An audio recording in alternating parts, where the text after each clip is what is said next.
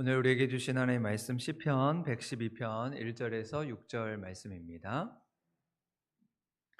시편 112편 1절부터 6절 말씀, 구약성경 886쪽에 있습니다.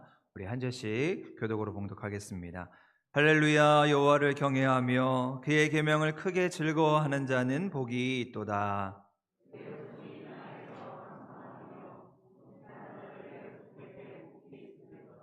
부와 재물이 그의 집에 있으며 그의 공의가 영구히 서 있으리로다.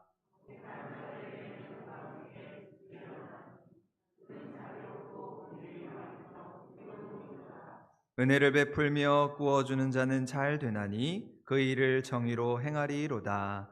그는 영원히 흔들리지 아니하며 의인은 영원히 기억되리로다. 아멘. 설 명절 잘 보내셨는지요? 우리 설날은 음력으로 새해 첫날을 지키는 절기로서 우리나라의 큰 명절 중에 하나입니다. 비록 양력으로는 또 새해가 시작되었지만 다시 한번 새로운 마음으로 우리 가정에 베푸시는 그런 하나님의 은혜가 충만히 차고 넘치기를 축복하면서 우리 시간 한번 성도들과 함께 새해 인사하면 좋겠습니다. 우리 좌우 앞뒤에 계신 분들과 함께 새해 복 많이 받으세요. 건강하세요. 네, 우리 서로의 손 잡아주며 또 축복하며 함께 인사하면 좋겠습니다. 네.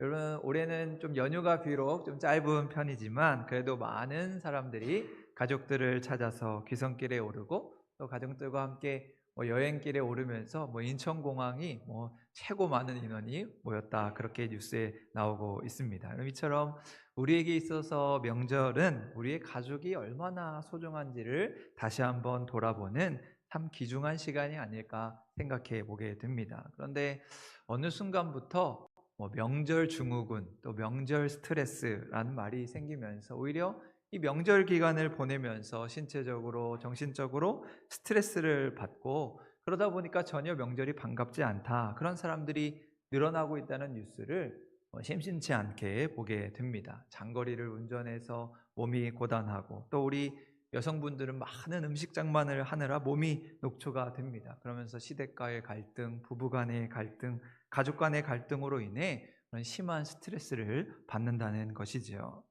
근데 생각해 보면 점차 우리나라의 이 명절 문화가 조금씩 바뀌어 가고 있다는 생각을 하게 됩니다. 예전에는 무조건 음식 많이 차리고 조상들에게 차례 지내고 성묘 지내고 또 우리 많은 친척들에게 인사를 다니는 일들이 많았다면, 이제는 조금씩 우리 가족들이 행복한 그런 모습들로, 문화들로 바뀌어 가고 있는 것이 아닐까 생각해 보게 됩니다. 그렇기에 이 명절 기간은 우리 명절 증후군, 명절 스트레스 이런 말이 없어지고 그저 가족들이 함께 모여서 수고하고 노력하면서 오히려 잘 먹고 또 잘 쉬고 잘 놀면서 그동안 고단했던 삶을 돌아보고 다시 한번 우리의 삶을 재충전할 수 있는 그런, 가족이 얼마나 우리에게 소중한가를 느끼는 그런 행복하고 건강한 명절, 복된 명절의 시간이 될 수 있기를 소망합니다. 더불어 우리 믿는 이들은 또 이렇게 우리가 함께 모여서 거룩한 주일 하나님을 예배하면서 우리의 육신뿐만 아니라 우리의 영혼이 참 만족해 되는 그런 쉼과 안식을 누리면서 또 새로운 한 해를 살아갈 힘과 용기를 얻는 그런 귀하고 복된 이 예배의 시간이 될 수 있기를 간절히 소망합니다. 그런 의미에서 오늘은 우리 예수만 섬기는 우리 집이라는 주제로 함께 말씀의 은혜를 나누어 보고자 합니다. 하나님께서 태초부터 우리를 계획하시고 우리를 지으시고 아마 분명하신 하나님의 뜻이 우리 가운데 있는 줄로 믿습니다. 그러한 하나님의 놀라운 계획 가운데 하나는 바로 우리가 기쁘고 행복하게 잘 살아가는 것이죠. 늘 슬픔과 아픔에 찌들어 사는 삶이 아니라 우리의 마음이 평안하고 참 기쁨과 행복을 누리며 살아가는 것, 그것이 하나님이 원하시고 하나님이 기뻐하시는 것이라는 것이지요. 그래서 우리가 흔히 예수를 믿는 이유를 말하라 라고 이야기하면 우리는 당연하게도 구원받는 것이다 이야기하게 됩니다. 내가 죽고 나서 천국에 가는 것, 영원한 생명을 얻는 그 영원 구원, 바로 그것이 우리가 예수를 믿는 이유가 되는 것이지요. 그러면서 이 영원 구원, 이 구원이라고 하는 말을 우리 일상의 말로 다시 한번 정의한다면 그것은 하나님 안에서 영원히 행복하게 잘 살아가는 것이라고 할 수가 있습니다. 누가 뭐라고 해도 예수를 믿는 목적은 바로 구원을 받기 위함이고, 그 구원은 하나님 안에서 즐겁고 행복하게 살아가는 것을 의미하게 됩니다. 그래서 하나님께서는 우리가 행복하게 살아가기 위해서 우리에게 참 많은 축복들을 선물로 주셨지요. 그 중에 가장 대표적인 것을 꼽으라면 그것은 바로 우리의 가정과 가족들입니다. 어느 세미나에서 강의를 하는 교수님이 어떤 한 사람을 지명해서 내 삶에 가장 소중한 사람의 이름 20명만을 기억해보고 칠판에 그 이름들을 다 적어보라고 부탁을 했습니다. 그랬더니 그 사람이 부모님과 형제들, 자녀들, 정말 가까운 친구들의 이름을 기억해서 그 20명의 이름을 칠판에 적었습니다. 그리고는 교수님은 그 중에서 5명을 한번 지우개로 지워보라고 했습니다. 그리고 또 5명을 지우라고 했고, 결국 마지막 4명이 남기까지 다른 사람들의 이름을 다 지어보라고 했습니다. 그리고 남은 이름을 보니까 자기의 남편과 3명의 자녀들의 이름이 그 칠판에 남아 있었던 것이지요. 그럼 만약 오늘 우리들에게도 여러분의 가장 중요한 사람의 이름 20명을 쓰고 이렇게 지우개로 지우라라고 이야기하면, 여러분 오늘 우리에게는 누구의 이름이 남겠습니까? 친구들, 직장 동료들, 교회 식구들, 심지어 우리 부모님들까지 다 지우고 나면 결국 그 자리에 우리 가족들의 이름이 남지 않겠습니까? 그만큼 내 삶에 다른 사람들의 이름은 다 잊혀져도 내게 가장 소중한 이름, 소중한 존재는 바로 가족이라는 것이죠. 그만큼 가족은 내 삶에 중요하고 소중하다는 것입니다. 그런데 이렇게 우리 삶에 가장 중요한 사람인데도 불구하고 오히려 상처를 가장 많이 주고 상처를 가장 많이 받게 되는 것이 또한 가족이라는 것이지요. 그래서 심리학자들이나 상담가들이 자신에게 상처를 가장 많이 준 사람이 누구냐고 물을 때 많은 사람들이 가족들에게서 상처를 가장 많이 받았다고 이야기하는 것을 듣게 됩니다. 오히려 사랑을 가장 많이 하고 사랑을 가장 많이 받아야 할 그런 부모나 배우자로부터 많은 상처를 안고 살아가게 되는 것이지요. 이처럼 이 땅에서 가장 안전하고 보호막이 되어야 하는 이 가정이라고 하는 울타리가 여러 가지 이유로 일그러지고 찢겨진 우리의 현실을 보게 됩니다. 우리 서로가 고슴도치가 되어서 서로에게 가까이 갈 수 없는, 서로를 찌르는 존재가 되었다는 것이 우리에게도 너무 슬픈 현실인 것이지요.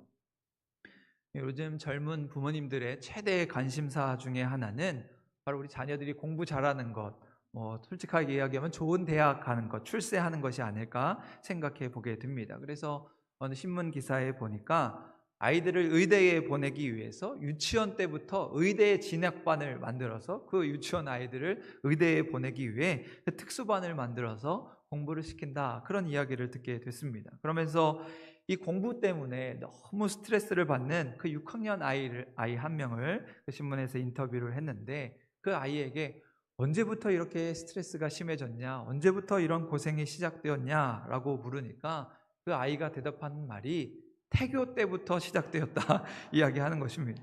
엄마가 뱃속에 있을 때부터 영어 공부를 시키고 영어 단어를 외우고, 그래서 그때 스트레스가 아직까지 남아 있어서 내가 지난 10년 동안 한 건 공부밖에 없다, 그래서 너무 스트레스를 받는다, 그 웃기는 이야기로 한 것을 듣게 되었습니다. 그래서 신문기자가 아니 지금 6학년이면 13살인데 아니 정말 10년 동안 공부만 했느냐라고 했더니 엄마가 2살 때부터 영어 유치원, 미술학원, 태권도, 음악학원 뺑뺑이를 돌려서 너무 피곤하더라는 것입니다. 그래도 이렇게 설명절이 되면 공부하지 않고 쉬었을 것 아니냐라고 했더니 그 아이가 하는 말이 오히려 명절에는 더 피곤하더라는 것이지. 엄마가 친척들에게 배운 것을 한번 해봐라, 노래해봐라, 춤춰봐라 라고 하면서 10년째 친가에 가서 공연하고 외가에 가서 공연하면서 너무 피곤하다, 그렇게 하소연하는 것을 듣게 되었습니다. 여러분, 이렇게 사실상 사랑받고 사랑해야 할 우리의 가정인데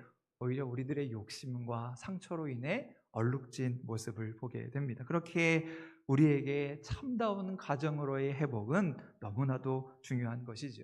우리는 누구나 가정으로부터 우리의 인생을 시작했고 또 가정 안에서 인생을 마무리하게 됩니다. 태어나는 것도 가정 안에서 태어나고 세상을 떠날 때도 가만히 보면 가족의 품 안에서 인생을 마감하게 되지요.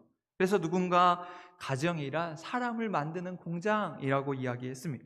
사람의 됨됨이, 사람의 인품, 사람의 인격이 바로 이 가정을 통해서 만들어지더라는 것이지요. 그래서 오늘 본문에서는 우리의 가정을 온전히 세우기 위해서 무엇보다 하나님을 잘 경외하는 가정이 되어야 한다고 말씀하고 있습니다. 그것이 오늘 우리 함께 읽은 1절의 말씀인데요. 오늘 함께 읽은 1절 말씀 같이 다시 한번 읽겠습니다. 시작.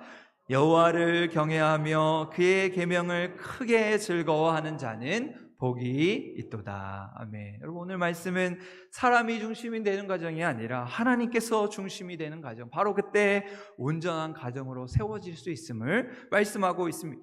하나님을 잘 섬기고 예수 잘 믿는 가정으로 세워질 때 바로 그것이 건강한 가정이요 복된 가정이 될 수 있음을 말씀하는 것이지요.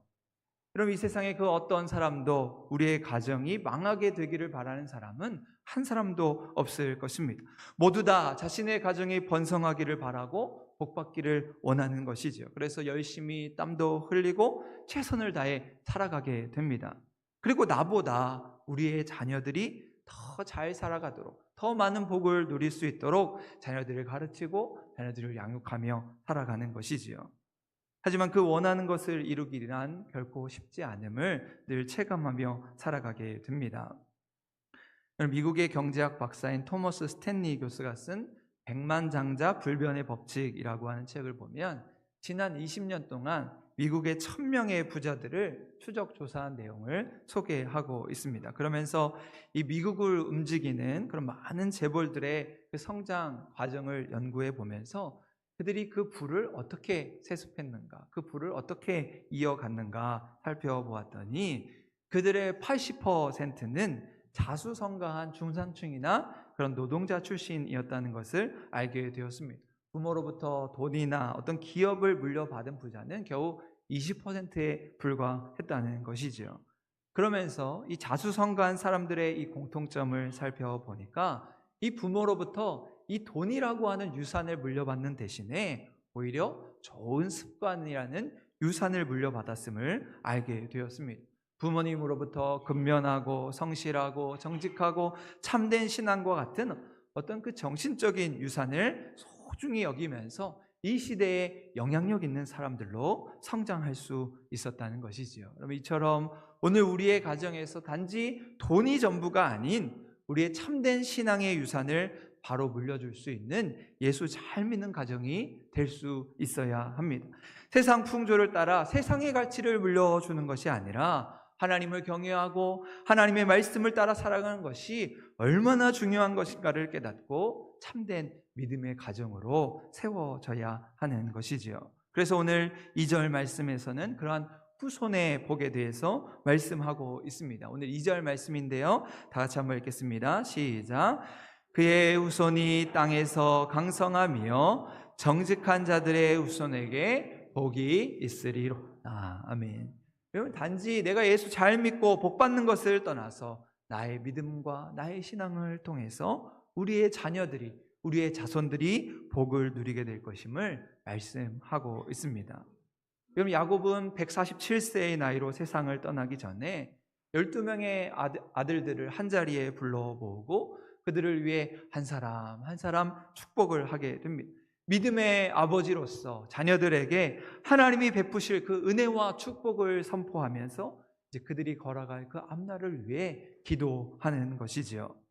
또 이스라엘의 민족의 지도자였던 모세는 죽음을 앞에 두고 신명기의 말씀을 통해서, 마지막 설교의 말씀을 통해서 그의 후손들이 하나님을 어떻게 섬겨야 하는가, 저 가나안 땅에 들어갔을 때 하나님을 떠나지 않고 어떻게 하나님을 섬기는 민족이 될 것인가 간절한 마음으로 당부하고 부탁한 것을 보게 됩니다.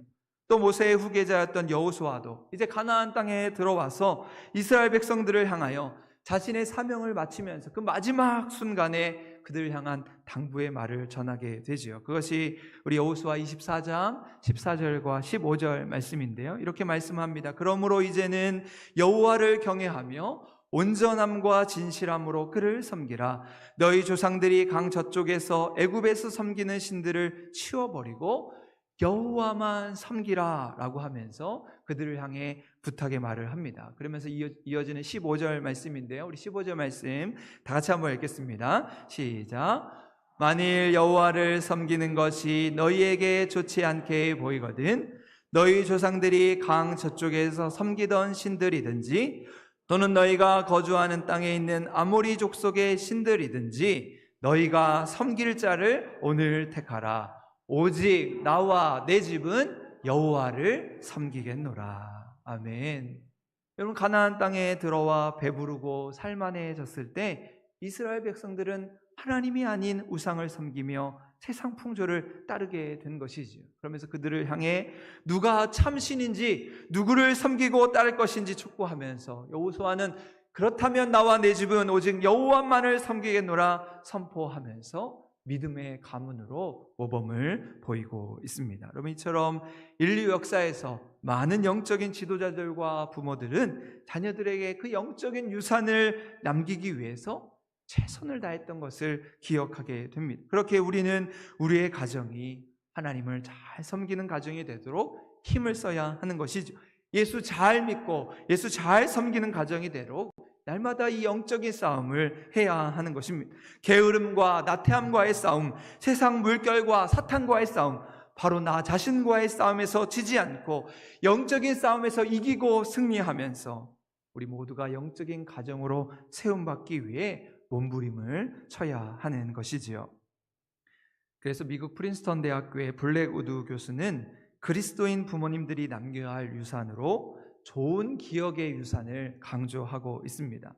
우리 가정에서 자녀들이 이 좋은 기억을 가지도록 노력해야 한다는 것이죠. 그저 가정에서 매일 싸우고 다투고 돈의 노예가 된 모습이 아니라 부모님들이 오히려 정성을 다해 주일 성수를 하는 모습, 경건하게 예배드리는 모습, 간절하게 기도하는 모습, 어른들을 존경하고 공경하는 모습, 남을 돕고 섬기는 모습, 그리고 정직하게 살아가는 모습들을 자꾸 우리의 아이들에게, 자녀들에게 좋은 기억으로 자리 잡게 해야 한다는 것입니다. 그래서 오늘 6절 말씀에 보면 이렇게 이야기하죠.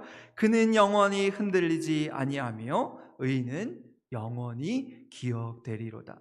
오늘 우리가 하나님을 섬기는 가정이 되어서 믿음의 유산, 신앙의 유산으로 참된 복을 누릴 때 그것이 우리 자녀들에게로 또 우리 후손들에게로 영원히 기억되는 복을 누리게 된다는 말씀입니다. 그러면 성경에서 이러한 믿음의 복을 누린 사람을 소개하라고 한다면 아마도 제일 먼저 아브라함을 떠오르게 합니다.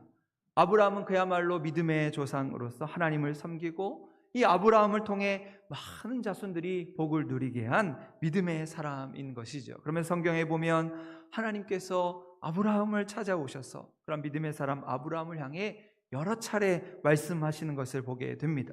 내가 너로 큰 민족을 이루고 내게 복을 주어 내 이름을 창대하게 하리라. 내가 이 땅을 내 자손에게 주리라. 내가 내 언약을 나와 너 사이에 세워 너로 심히 번성하게 하리라. 내가 너를 여러 민족의 아버지가 되게 하리라. 내가 너와 내 후손에게 가나안 온 땅을 주어 영원한 기업이 되게 하고 나는 그들의 하나님이 되리라 말씀하고 있습니다. 여러분, 이렇게 하나님은 아브라함에게 약속하신 것이지요. 창대하게 번성하게 영원한 기업이 되게 하고 그들의 하나님이 될 것이다 분명히 약속하셨습니다. 그런데 여러분, 이 모든 말들의 주어를 살펴보면 한결같이 내가 하나님께서 직접 약속의 주체가 되신 것을 보게 됩니다. 그러니까 아브라함이 믿음의 조상으로 이렇게 많은 복을 누리게 된 것은 아브라함이 잘나서가 아니라 아브라함이 많은 일을 행해서가 아니라 그가 믿었던 하나님께서 이 일들을 이루셨다는 사실이죠. 그래서 하나님은 너는 번성해라, 너는 창대해라, 너는 복받아라 그렇게 말씀하지 않으시고 내가 너로 번성하게 할 것이다. 내가 너를 창대하게 할 것이다. 내가 너로 복이 되게 할 것이다 말씀하시면서 직접 아브라함의 삶에 간섭하시고 하늘의 별과 같이 바다의 모래와 같이 복을 부어 주신 것입니다. 여러분, 오늘 우리는 예수를 잘 믿음으로 천국에 들어갈 것을 믿습니다. 하지만 천국은 내가 들어가는 것이 아니라 하나님이 나로 들어가게 하시는 것입니다. 구원은 내가 이루는 것이 아니라 전적인 하나님의 은혜로 하나님께서 이루시는 것입니다. 그저 우리는 예수만 잘 믿고 섬기는 것이죠. 그때 하나님께서 우리의 삶을 책임져 주시고 우리의 삶에 복을 주시는 것입니다. 지금으로부터 한 10여 년 전에 미국 뉴욕에 있는 한 호텔에서 한국인 한 130명이 모여서 진행된 수련회가 있었습니다. 그 수련회는 방시성을 가진 한 집안의 수련회였는데, 그래서 그 수련회장에 걸려있는 현수막에는 Retreat of the Descendant of Father 만준팡이라고 하는 현수막이 걸렸습니다. 번역을 해보면 박만준 할아버지 후손들의 수련회 하면서 그 후손들 130명이 모여서 수련회를 한 것이지요. 그러면서 그 후손들 중에 한 분이 바로 이제는 고인이 되신 방지일 목사님이셨습니다. 이 목사님은 당시에, 지금은 고인이 되셨지만 당시에 최고의 언어로 존경받던 우리나라의 최장수 목사님으로 알려지셨지요. 그러면서 104세가 되어서 별세하셨지만 당시에 이제 이 방지일 목사님이 100세가 된 것을 기념하면서 이제 미국에 사는 많은 후손들이 이제 함께 모이게 된 것입니다. 그런데 이 방지일 목사님의 이 100세를 기념하며 모였을 때 방지일 목사님의 후손 수련회라 하지 않고 박만준 할아버지의 후손들의 수련회라고 타이틀을 달았는데, 바로 이 박만준 할아버지가 이 방지일 목사님의 조부 할아버지가 되기 때문입니다. 그리고 그날 모였던 이 130명의 후손들의 면면을 살펴보니까 그 중에 목사가 20명, 장로가 16명, 권사가 16명, 선교사가 7명이었고, 또 직업으로 구분해 보면 의사가 17명, 교수가 13명, 판사가 2명, 회계사가 2명, 사업체를 경영하는 사장이 여럿이었다고 신문 기사에 보도가 된 것을 보게 되었습니다. 여러분, 그 박만준 할아버지 한 사람에게서 시작된 그 믿음의 가정이 이렇게 많은 자손들에게 이어지고, 특별히 우리 한국교회의 큰 믿음의 유산이 되어서 하나님이 주시는 복을 누리게 된 것을 보게 됩니다. 하나님을 경외하고 정직하게 살아가는 자들의 후손들이 얼마나 큰 축복을 받는가 증거하고 있는 것이지요. 여러분, 오늘 우리의 가문도 훗날에 이런 방시 가문과 같이 우리 믿음의 자녀들, 믿음의 후손들이 함께 모여서 누구누구 집안의 후손들의 수련회라고 함께 그렇게 모여서 하나님의 베푸신 은혜를 찬양하고 대대로 기억할 수 있는 그런 하나님을 잘 믿고 예수만 잘 섬기는 가정 될 수 있기를 간절히 소망합니다. 우리 안사랑교회 많은 성도들의 가정 가운데 이러한 신앙의 번성을 이루면서 우리 후손들이 이 땅에 충만하고 하나님이 주신 놀라운 축복을 받아 누리는 은혜가 넘쳐날 수 있기를 간절히 소망합니다. 어떤 화가가 세상에서 가장 아름다운 것을 화폭에 한번 담아 보겠노라고 마음을 먹고 세상에서 가장 아름다운 것이 무엇일까 찾아 나서게 되었습니다. 그래서 이곳저곳을 다니면서 여행을 다녀보기도 하고 곳곳에서 사람들을 만나 물어보기도 했습니다. 그러던 중 이제 어떤 목사님을 만나서 묻게 되었습니다. 목사님, 세상에서 가장 아름다운 것이 무엇입니까? 그랬더니 목사님은 그것은 바로 믿음입니다 라고 말해 주었습니다. 그러고 보니까 이 믿음이라고 하는 것은 너무나도 고귀하고 소중한 것이었습니다. 그러면서 다음으로 지나가는 군인을 만나서 그를 붙들고 또 물었습니다. 당신은 세상에서 가장 아름다운 것이 무엇이라고 생각합니까? 그랬더니 그 군인은 바로 평화입니다 라고 대답해 주었습니다. 또 이번에는 신혼여행을 떠나는 젊은 부부에게 물었습니다. 세상에서 가장 아름다운 것이 무엇입니까? 그들은 두말하지 않고 그것은 바로 사랑입니다 라고 대답해 주었습니다. 화가는 이 세 가지의 대답이 모두 마음에 들었습니다. 그래서 그것을 모두 화폭에 담고 싶었지만 이 세 가지를 모두 합친 그 어떤 것도 쉽게 찾을 수가 없었던 것이죠. 아무리 곳곳을 헤매고 다녀도 믿음과 평화와 사랑이라는 이 세 가지 소재를 한데 모아놓은 것을 찾기가 어려웠습니다.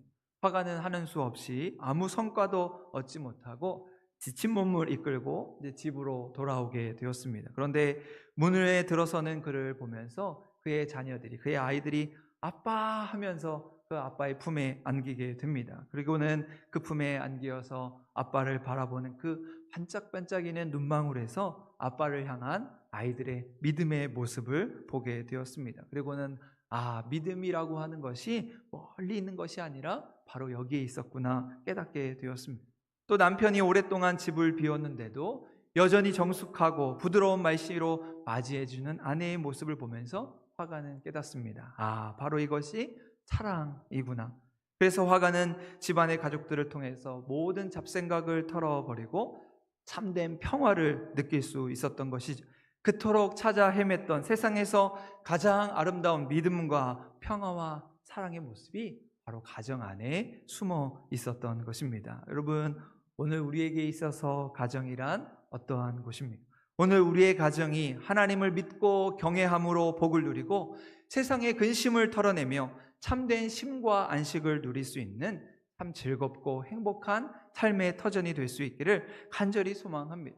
우리의 실수와 허물은 가려지고 상처와 아픔은 감싸주면서 오히려 최고의 대접을 받고 최고의 사랑을 경험하며 참된 만족과 행복을 누리는 예수 잘 믿는 가정, 예수만 섬기는 우리 집으로 날마다 천국과 같은 은혜를 경험하며 그 하나님의 은혜를 자랑하며 살아가는 우리 한사랑교회 모든 성도들, 또 우리 성도들의 가정이 될 수 있기를 주님의 이름으로 간절히 축원합니다.